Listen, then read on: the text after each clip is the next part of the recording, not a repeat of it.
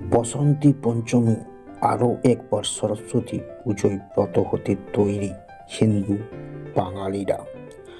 বাড়ি থেকে নানা প্রতিষ্ঠানের প্রস্তুতি চলছে জোর কদমে। বিদ্যার দেবী সরস্বতীর আশীর্বাদ পেতে উন্মুখ পড়ুয়ারা।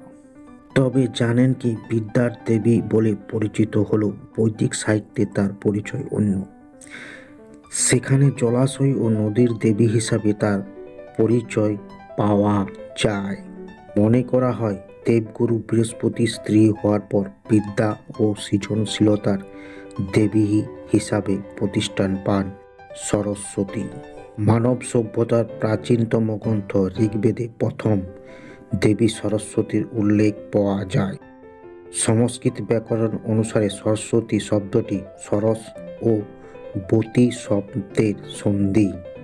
সংস্কৃতে সরস শব্দটি হ্রদ বা জলাশয় হিসাবে ব্যবহার করা হয়। সেই অনুসারে সরস্বতী শব্দের অর্থ হ্রদ বা জলাশয়ের অধিধাত্রী।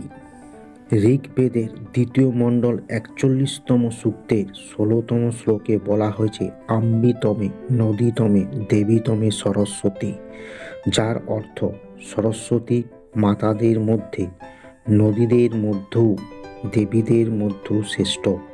এছাড়াও ঋগ্বেদে একাধিক জায়গায় সরস্বতীকে নদীর দেবতা হিসাবে বর্ণনা করা হয়েছে।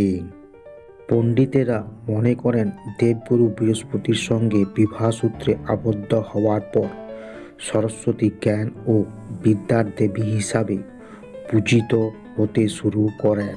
দেবগুরু বৃহস্পতিই হলেন আসল জ্ঞান ও পণ্ডিতদের একাংশের মতে সংস্কৃতের সরস শব্দটি আক্ষরিক অর্থে ধরলে ভুল হবে।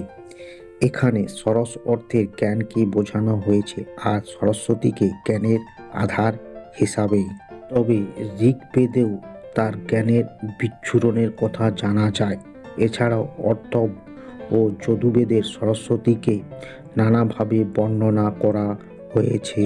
তার মাধ্যমে বাংলায় সরস্বতীর বীণাপাণি রূপটি পূজিত হয়ে থাকে, যার দুটো হাত, একটি হাতে থাকে পুস্তক, অন্য হাতে থাকে বীণা। শ্বেত শুভ্র রাজহংসে অধিষ্ঠিত হয়ে কমলে পা রেখে মর্তে আসেন দেবী।